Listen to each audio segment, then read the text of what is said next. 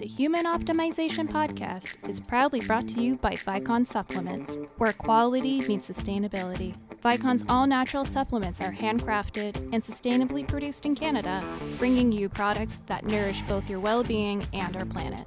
Visit viconsupplements.com today and be a part of a greener, healthier future. Are you ready to embark on a journey to the best version of you?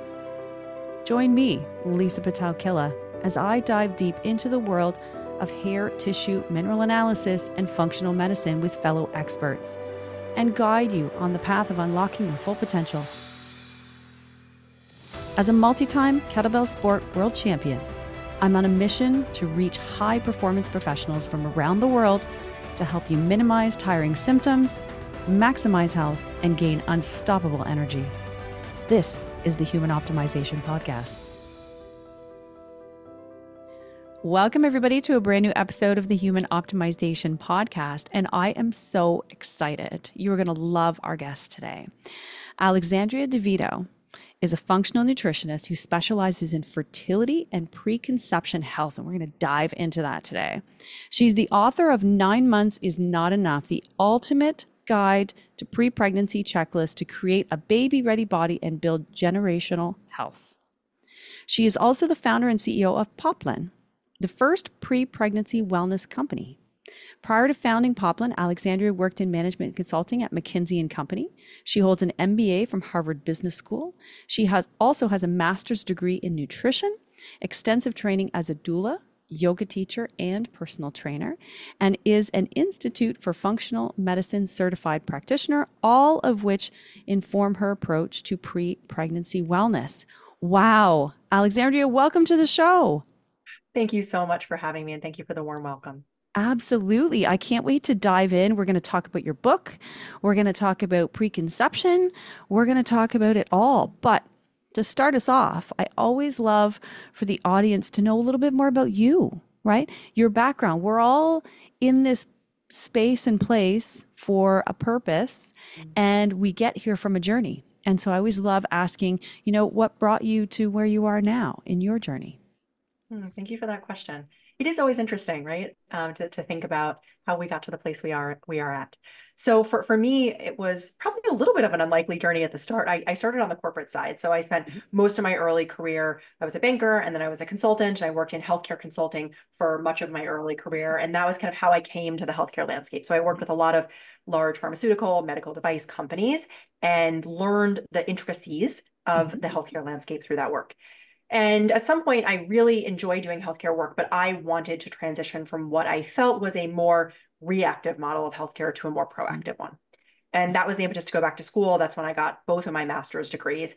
And then I transitioned after I finished those degrees from the corporate side to the clinical side. And that's when I started working one-on-one with clients, went to the front lines and really started seeing what was going on.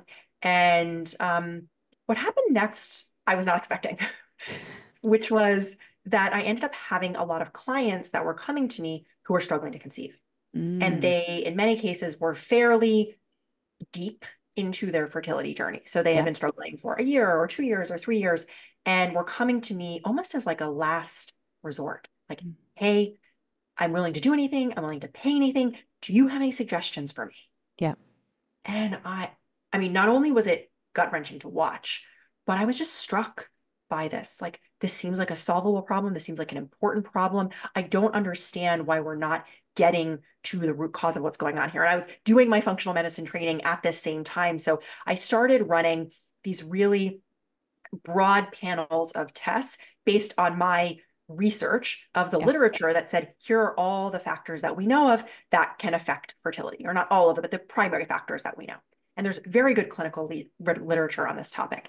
And all of a sudden, we were able to, this is probably a story that's not going to surprise you, right? We were able to identify things on their testing that none of their other providers had ever even looked at. Wow. And once we were able to address those things that were being flagged, usually through diet, lifestyle, supplementation, sometimes medications and procedures in collaboration with their doctor, they were able to get pregnant. Amazing. And so I think that experience just made me ask the question, why are we waiting? Why are we waiting until someone is years deep into a fertility challenge situation, oftentimes it's mentally, emotionally, physically, financially draining. And it could be potentially a different path if we were screening for these things up front.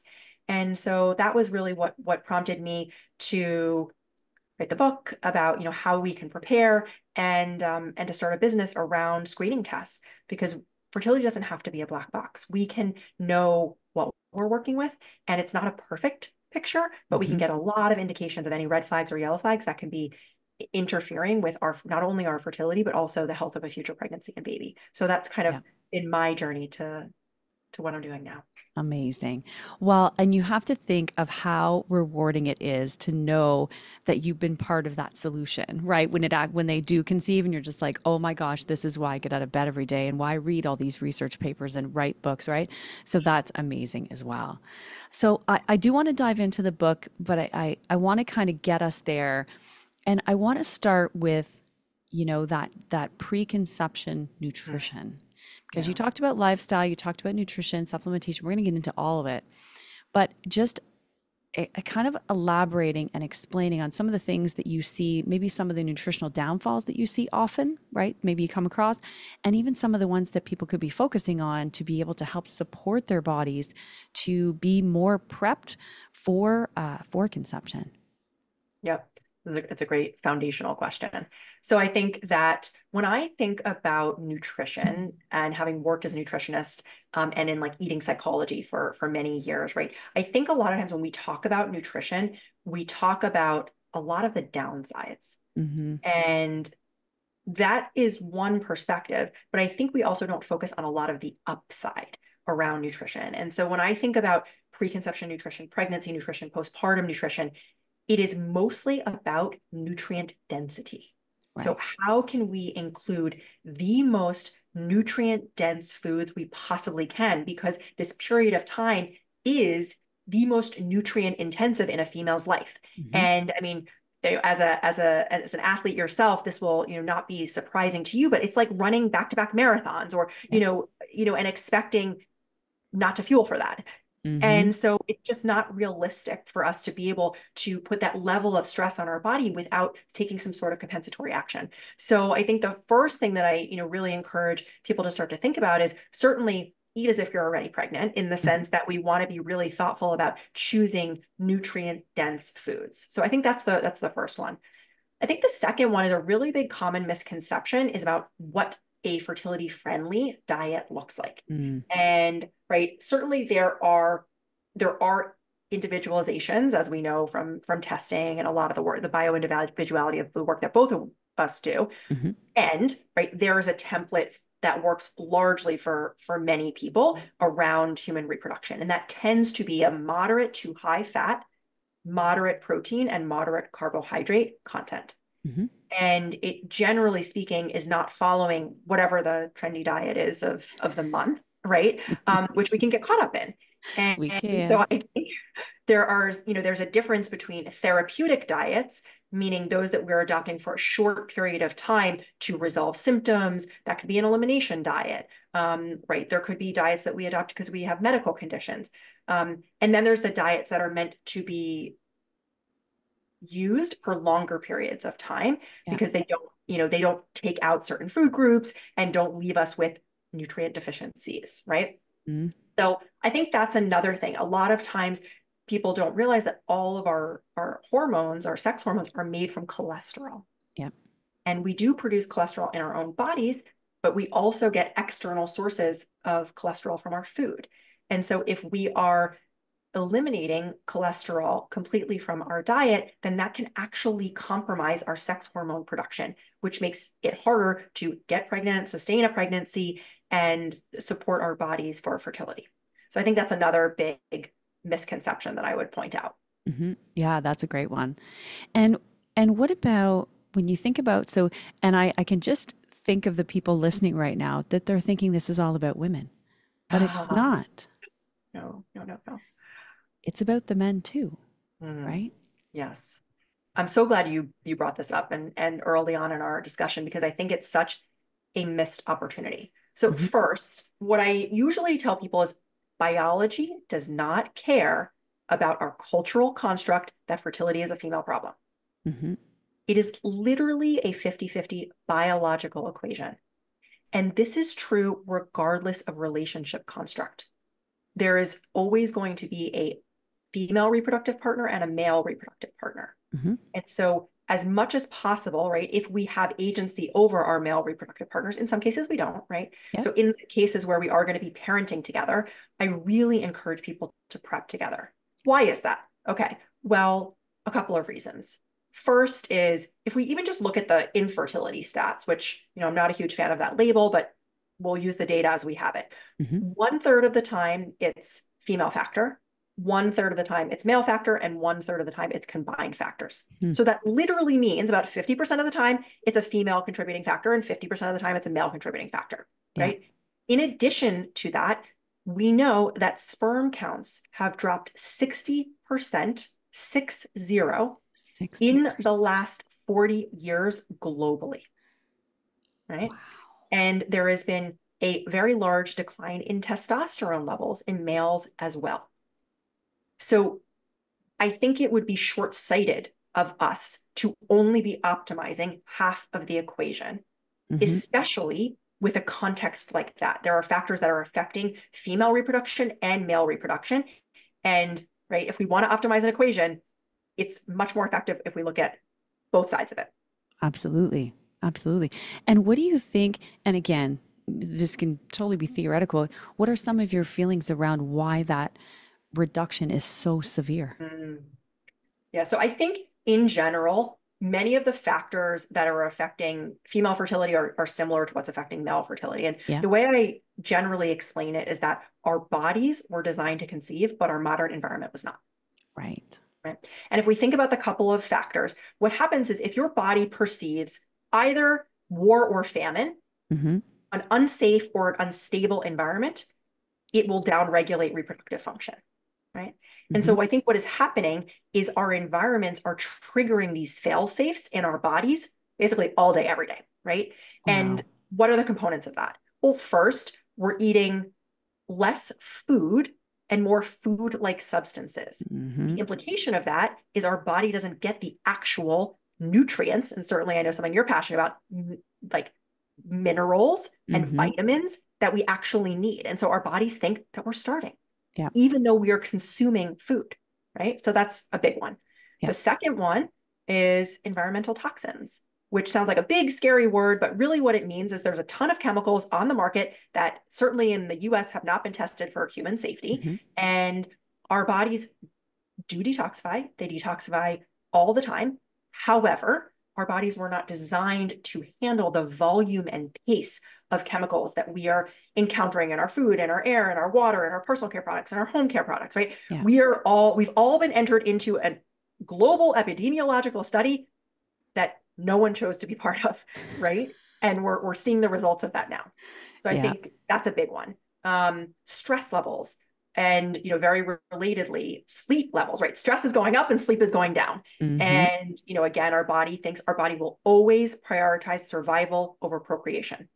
So if it thinks that, if you're stressed out, either physiologically stressed, meaning I have mold in my environment, or I'm training for a marathon, or I have an infection that I'm not aware of, or psychologically stressed, meaning I don't like my job, or I have a very stressful commute every single day, whatever it is, your body basically diverts resources from making your sex hormones to making your stress hormones instead. So you don't have the raw materials to build your hormones and then also to have a cycle if you're female and then ultimately carry a baby on the female side. So those are big ones. And then last one I'll just point out is movement, right? Where the number of sedentary jobs has increased significantly in, the last couple of decades. And I think this is it's relevant for both sexes, but I think it's particularly relevant for males when we think about sitting for long periods of time.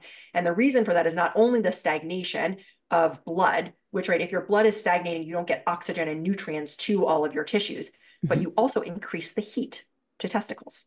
Right. And right, when we think about factors that can affect testicular function, right, heat is one of those not so great things for long periods of time, right? Yeah. So those are the constellation of factors that I think are driving this. Certainly not all of them, but I think those are the major ones. Yeah. Well, and you have to think too, you mentioned even sedentary jobs in the last couple of decades, but think about even in the last 4 years, how all that's changed with everything online and Zoom, and we're always at a computer, right? And we may not even be sitting at a desk, maybe we're sitting on the couch in a poor position. Like, there's just so many things, right? But those are all super good points. And everybody, I mean, it's not like we can choose to change the environment. Unfortunately, it's out of our control, right? So being aware of it and understanding how to mitigate that is important. And so that's why I think, I mean, because let's talk about the testing that you do to kind of lead the journey for micronutrients and supplementation and things like that, because I think that that's really interesting as well. Yes, absolutely. So I'm, also a huge fan of this test, don't guess philosophy, right? That's how, I came about. And I think I'll just caveat this with, I think part of the reason why I think it's so important is particularly for fertility, but I think it applies in a lot of other categories, is most of fertility care is based on age today. So all 30-year-olds are created equal, all 40-year-olds are created equal. And that is a gross oversimplification of science.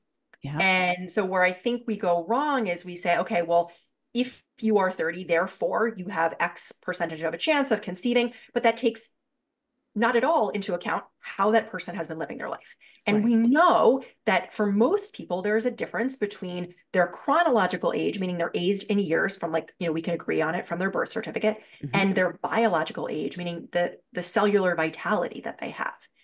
And so I think it is imperfect to say, okay, well, we're just going to look at someone's age and then predict their probability of success or even give them a set of actions. And that's why I think what you're doing from a personalization perspective is so incredibly thoughtful, is because we can look what's going on at a cellular level and, quite frankly, then not waste time on stuff that is not relevant for you. And especially as people are getting pregnant later in life, who wants to be wasting time on recommendations that aren't relevant to them? Yeah. So I think it's really, really important. So the way that we think about it is, I talk about this concept of pre-pregnancy wellness. So pre-pregnancy is technically the period of time before and between pregnancies. Pre-pregnancy or preconception, they're interchangeable words, can be relevant whether you're 23 or 43. It's relevant whether it's a first pregnancy or a fifth pregnancy. And sometimes it can be even more relevant for later pregnancies, right? Because you're more likely to have hormone dysregulations. You're more likely to be nutrient depleted, right? If we're not appropriately nourishing ourselves after first pregnancies and, we're chasing around after kids and so forth. So this preconception period is a really important time frame to really understand what's going on. And so pre-pregnancy wellness, as we look at it, has 5 different categories to it. So the first is blood status. Then we have hormone status, immune status, metabolic status, and nutrient status. And we can talk a little bit about kind of what goes into each category if that's helpful. But what I would say here is the idea is that fertility is an extension of your overall health, right? A lot of times we treat fertility as like this below the waist conversation. It's, our reproductive organs and maybe our hormones. And that's true, but that's certainly not the whole story. And if we just look at those areas, then we're missing the vast majority of what's going on. And your sex hormones are downstream of your thyroid function. They're downstream of your adrenals. So even if we find out, okay, well, your sex hormones are off, we have no idea why. Yeah. So there's an opportunity to really open the aperture and understand what's going on, A, for fertility's sake, but then B, the health that you are in at the time of conception, you and your reproductive partner, literally sets the stage for the lifelong health of your child through epigenetics in egg and sperm. Yeah. So it not only affects fertility, but it also affects the health of your future child. Yeah. And I mean, to overlook that and not think about that is a crime, because you're literally setting up the stage for that child's life, right? And just so important with everything, again, the test don't guess. I mean, I've been on board with that for over a decade, right? Because it's like, you can't solve problems with media, unfortunately, right? So get the data, get some data that you can base something on to know exactly kind of what you're facing or what you're dealing with, to be able to help that piece of that puzzle and put it back together, right? Mm. And let's talk a little bit about supplementation. Like a lot of people feel that, if I'm eating a really clean, healthy diet and those nutrient dense foods, like why do I still need to kind of go down that road? What are your thoughts on that? Mm. I wish it weren't the case, but I do think that particularly for a period of time as where nutrient levels are as important as in pregnancy, that it's really, really hard to get our nutrient needs met Yeah. from diet alone. Now, supplementation will not offset a poor diet. So I want No. to be very clear about that. Food is number one, right? A fertility friendly diet is number one, two, and three, Mhm. right, on the priority list. Then, right, we say supplementation. Yeah. Here's why, right? I think there's a couple of different components to it. The first is that nutrient needs increase so vastly and so quickly when we become pregnant that it's really hard to meet nutrient needs outside of supplementation. So I think Yeah. that's the first. The second is just because you are eating a healthy diet does not mean you are digesting and assimilating a Mm. healthy diet. True There point. are a lot of things that can interfere with our absorption of even the foods that we eat. So you could have low hydrochloric acid, for example. You could have low digestive enzyme function. Mm-hmm. And so even if we are eating all of these foods, we may not be digesting and assimilating them, excuse me. Mm-hmm. And so this is why I love understanding the inputs and the outputs, right? We understand what the inputs are, meaning the foods that we're eating, but the testing gives us a check on the outputs. And then you can actually see this feedback loop. Oh, okay, the foods I'm eating, are they actually translating into the nutrient levels, for example, that I think? Yep. Or is it translating into inflammation, right? Or is it translating into blood sugar dysregulation, right? Yep. You can see this feedback mechanism that's really, really helpful.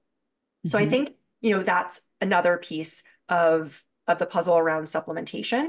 Um, and I think the last thing I will say is if you happened to be living in a cave with a pristine water source and you're meditating all day long and you're not exposed to environmental chemicals, then maybe you wouldn't need extra supplementation. But what happens is when we are in these environments, our stores, like when our bodies are stressed and taxed, our stores go down, which means we need to replete them more frequently than we would otherwise. So I think Yeah. that's the last element that I would just say here is if we're living in the modern world, which I'm guessing if you're listening to this podcast, you probably are, then that's where I think supplementation can be really, really helpful. Yeah, I agree. And it is harder even to get, you know, those density nutrients, those nutrient dense um, micronutrients pulled out of that food, not only from digestion, but because some of them aren't there as much as they used to be to begin with, right? Yep. Our food is a lot less, really nutrient rich, if you will, just because of farming. And I mean, years and, a century of everything, right? Yeah, so it's important. And I always find it interesting too, because there are different levels of things that are higher need in that preconception Mm. period and even during the perinatal period, right? That you just need more of. So to try and get that from food would be really tough. Yeah. And so what are some of the common things that you would say that you come across, maybe to a couple lifestyle or nutrition or what have you, a couple of common things you come across when people are coming to you and they are struggling to conceive? Are there any commonalities that pop up every once in a while and you go, oh yeah, okay, that makes sense, that you see in couples that are struggling? Yeah, so there's a bunch that we see even in like on our preconception testing that Hmm. I think, correlates, and this is consistent with what I saw when I was working with clients who were struggling to conceive as well. Yeah. So I'll call those few out. I think first is we see a decent amount of inflammation. Mm, Um, at least, the majority of the time we're seeing some sort of elevated inflammation, yeah. whether that be an HSCRP, or sometimes we'll see elevated homocysteine.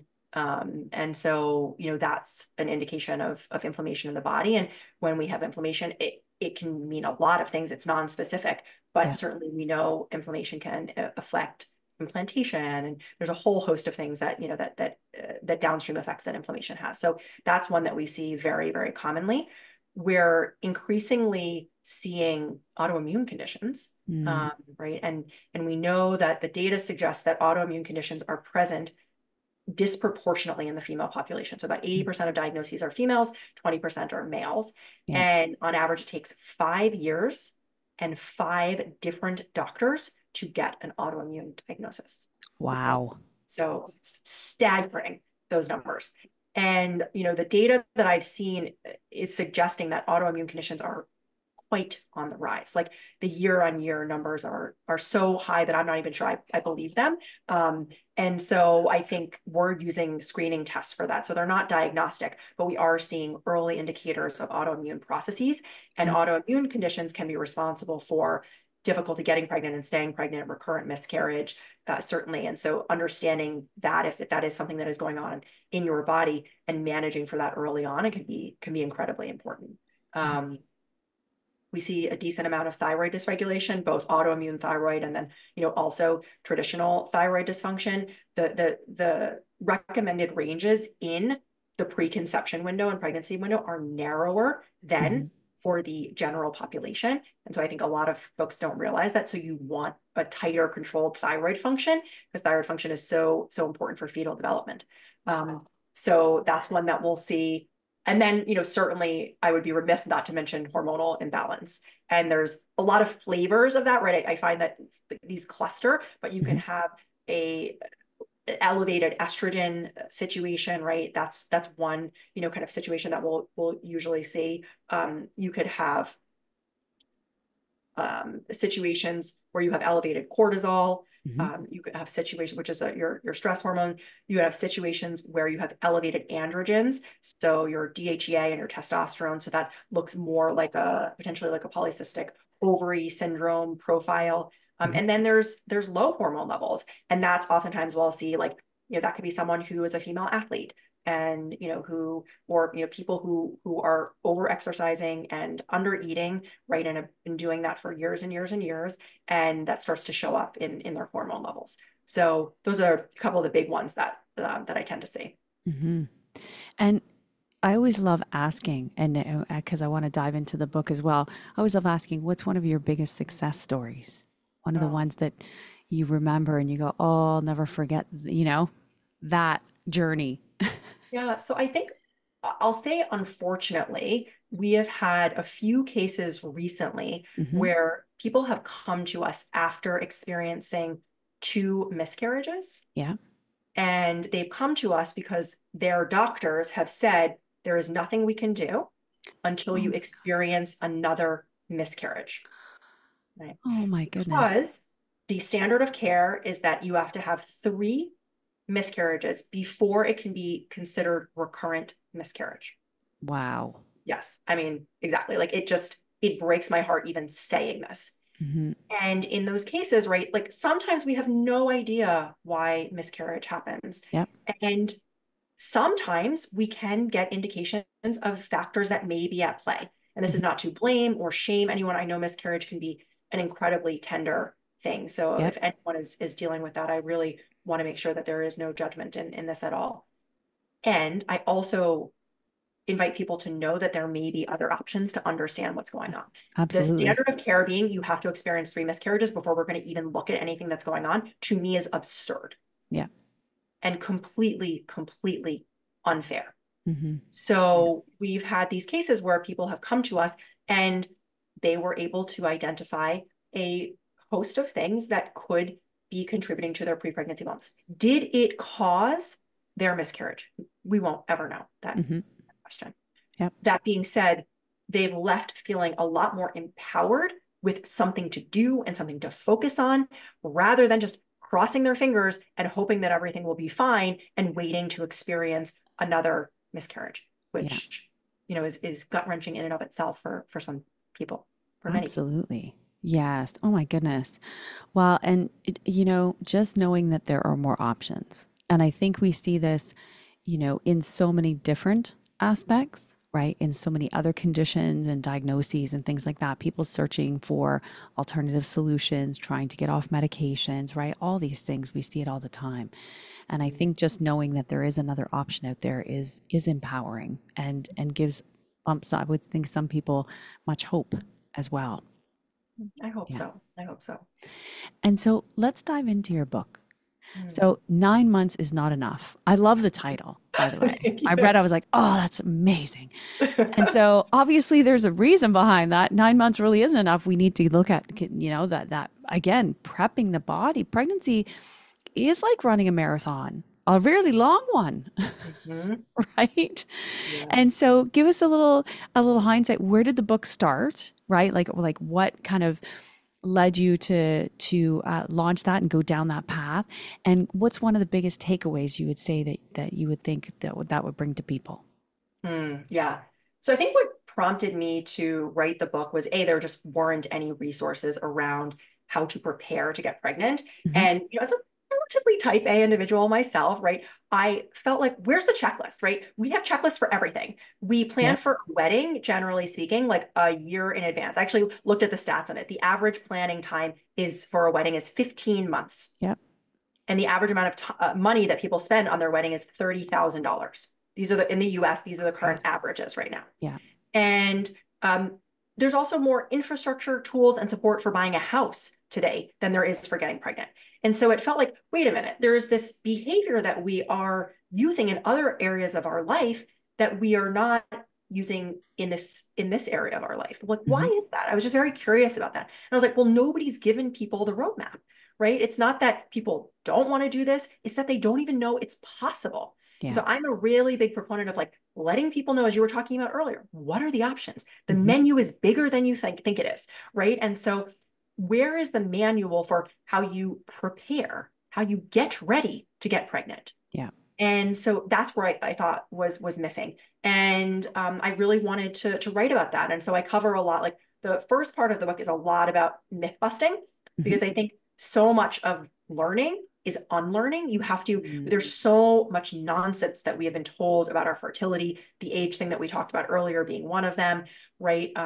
And that I think I really wanted to actually look at the data and the science behind it, because I think a lot of our narratives or media is as you were alluding to, right, hasn't kept pace with what the science is actually saying. And so I really wanted to debunk a lot of these myths that I think are disempowering people. And then I go into the case for preconception, like what is preconception? Why should we care about it? There have been preconception guidelines for decades, like 40 plus years here in the US, and yet nobody's doing it, right? Wow. What is happening? Like, why are less than 20% of females even offered a preconception visit? Nobody even knows to ask for them. So it felt like there was this opportunity to really give people this information to advocate for themselves and to say, hey, like my health before getting pregnant matters. And I'd like to understand what it is. And I'd like the opportunity to address it. And then the last part of the book is about the kind of like, what do you do about it? And this will come as, a surprise to no one having heard what I was talking about testing, but certainly getting your pre-pregnancy baseline tested is part of that. If you want to do genetic testing with your reproductive partner, that is another option that I outline. And that's like, understanding what's going on. And then the last piece is, okay, those are your micro factors. Like that's what's going on for me, myself. And I also talk about what is the preconception visit in that context. So like, what is your personal health history? What is your reproductive health history? Your lifestyle, like, right? All of those things are factors. And then there's the macro factors that we've been alluding to a couple of times in this conversation, which is food and environmental toxins and stress levels, right? And as you were saying, we can't control the outside world. Right. And as much as I would really, love to speed up regulations on, some of these topics around cleaner foods and cleaner products, we're a little while away from that. And so until then, giving people the agency to take control back about, we can't control everything. So let's try to control what we can control and manage that the best that we can. Yeah. Yeah, absolutely. And so with regards to, I love the fact that it's a checklist, right? Because you're right. We have checklists for everything, right? I have checklists for all my team and all this, but this is such an important event. this is more important than the wedding and right, all the things is so prepping and knowing what that looks like and doing proper planning, I think it's amazing. I think it's the best course of action. Yeah, and I think it brings the best outcome. And so with regards to, let's talk about just give a little description of what you consider your premium panel, because we're going to offer some testing here now. And so a little discount on testing. So what's included in the premium plan? And again, remember, this is for women and for men. You bet. Yeah, so what we're looking at there is the 5 categories of wellness that I was talking about earlier. So again, that's blood status, hormone status, immune status, metabolic status, and nutrient status. And this is looking at about 70 different biomarkers. So it's a really broad test, and it's going to be screening for the most common risk factors that can interfere with your ability to get pregnant or the health of a pregnancy and a future baby on both the male side and the female side. And the idea is really that we're going to identify red or yellow flags that you can act on. And the thing that I want to call out on this is, we purposely designed the test to be actionable. So the only thing on the test that is not changeable is blood type. Right? Everything else is modifiable. Right. I think sometimes people are worried about running testing and, like, oh, I'm not sure what if I can't do anything about it. I think especially in fertility, because we've been told, oh, there's nothing you can do about it.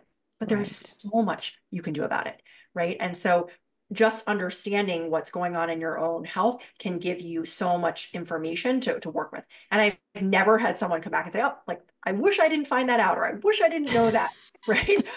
You just get, so much more information, and that's very, very empowering.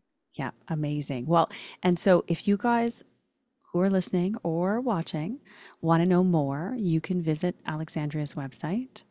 And so the offer is 10% off the premium package. You're going to use HOP10 for your code, and we'll have all this in the description, as well as all the website links as well, and the website link for your access to the book. And I think, if I remember correctly, I saw that you can download the first couple of chapters just as a little tidbit for free. Check it out. But I mean, after what I've heard, I think you'd be crazy not to get that checklist and make sure that you're doing all the right things if conception is on the list. So, Alexandria, I want to thank you so much for being with us today. Thank you so much for having me and for the opportunity to share and explore. I really appreciate the thoughtful questions. And, it's always great to chat with other folks who are doing this work as well. Absolutely. Yeah. And it's always amazing, because if one person can listen to the show or watch and have an aha moment or an eye-opening moment where they realize that there's something else that they can take advantage of to help themselves, then I think that's why we do what we do.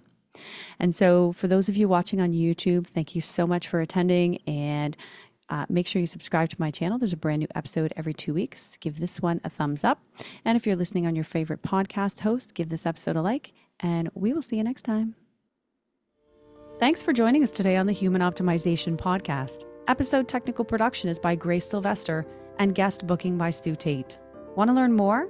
Visit lisapitel-killah.com for incredible free resources to supercharge your journey to becoming the best version of you. If you enjoyed this podcast, please like and subscribe to the Human Optimization Podcast, and follow me on social media at Lisa Pitel-Killah.